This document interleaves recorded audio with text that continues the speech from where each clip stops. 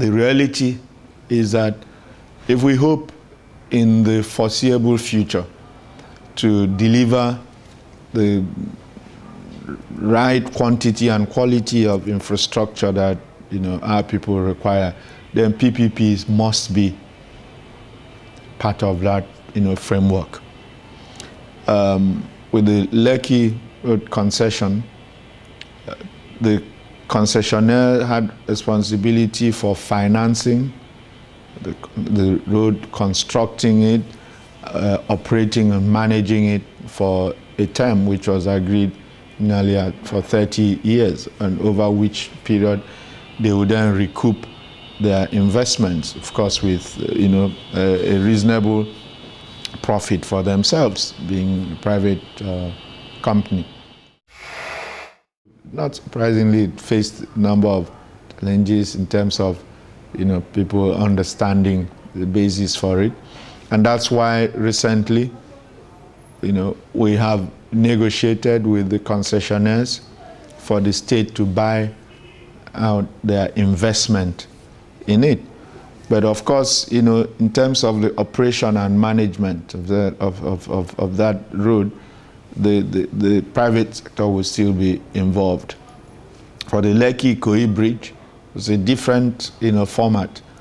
The state funded, financed the project upfront, but then got the private investor to invest in the tolling system and then to operate and manage it.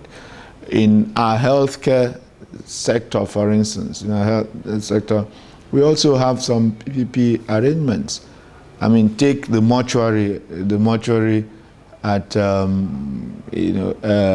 Lagos State University Teaching Hospital. It's a private, it's operated on a PPP basis. We have a private investor who's invested, and over time will recoup the funding.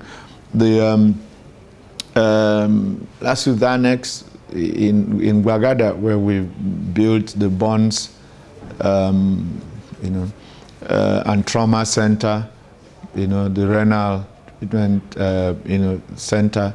These are first-class, world-class specialist care, facilities.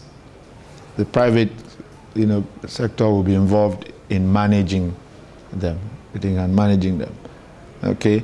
In Lagos State University Teaching Hospital also, we have the BT diagnostics, and that's financed upfront by government, operated by the private sector. So in different sectors, we have PPP involvement, as well as said to you earlier.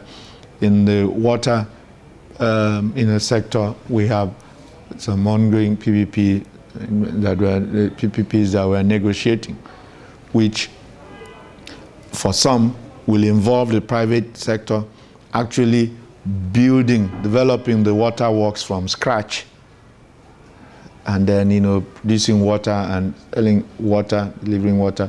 For some, it will involve the private sector getting involved maybe in the downstream end, where the water has already been produced by public water works, is delivered to them bulk, and then they will meter the area, get the water in bulk, meter, responsible for metering, delivering water to the homes and billing them and acting.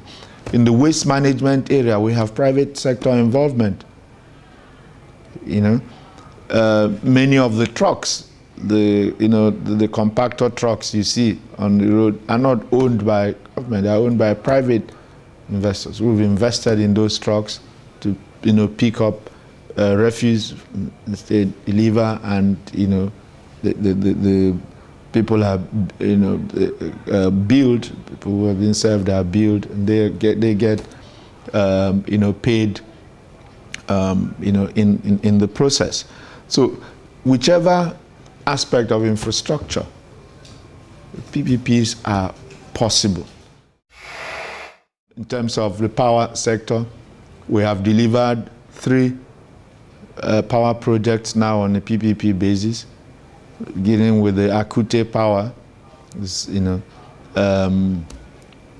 12.15 megawatts of power dedicated to the water, to our major water works in Iju and Adion.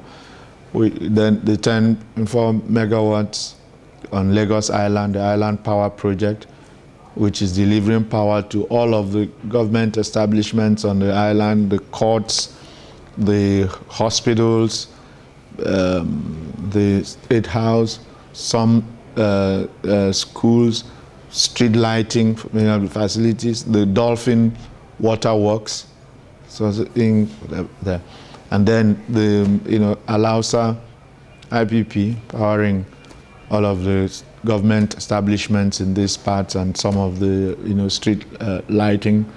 Then the two others ongoing now, the Ikeja GRA IPP, which will deliver power to the Lagos State University Teaching Hospital, the police college and police formations in that area, some street lighting, there. We have the Lekki IPP, which will deliver power to the Lekki Waterworks, the Victoria Island Waterworks, and then power some street lighting in those areas. The Island Power Project alone powers about 70 kilometers of street lights right now.